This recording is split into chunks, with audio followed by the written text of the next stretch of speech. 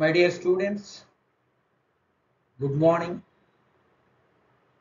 Today I am going to read out a poem on computer జ్ఞాపక శక్తి.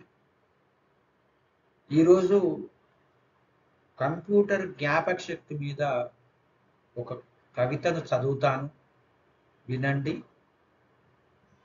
శీర్షిక పేరు computer జ్ఞాపక శక్తి.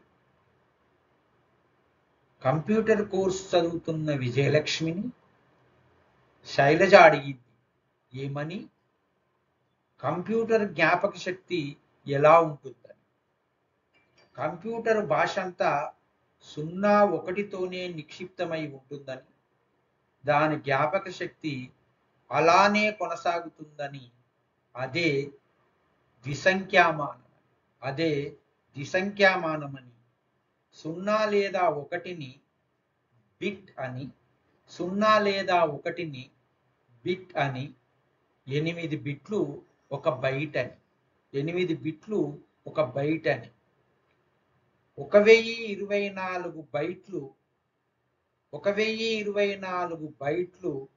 ఒక కిలో బైట్ అని, 1024 మెగాబైట్లు, 1024 మెగాబైట్లు ఒక గిగాబైట్ అని, 1024 గిగాబైట్లు, 1024 గిగాబైట్లు ఒక టెరాబైట్ అని, 1024 టెరాబైట్లు, 1024 టెరాబైట్లు ఒక పెటాబైట్ అని ఇలా చెప్పుకుంటూ వచ్చింది.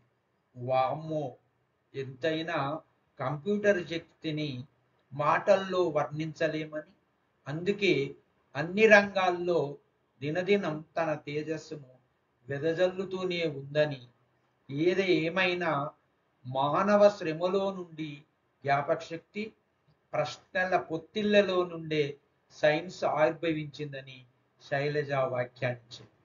Thank you very much.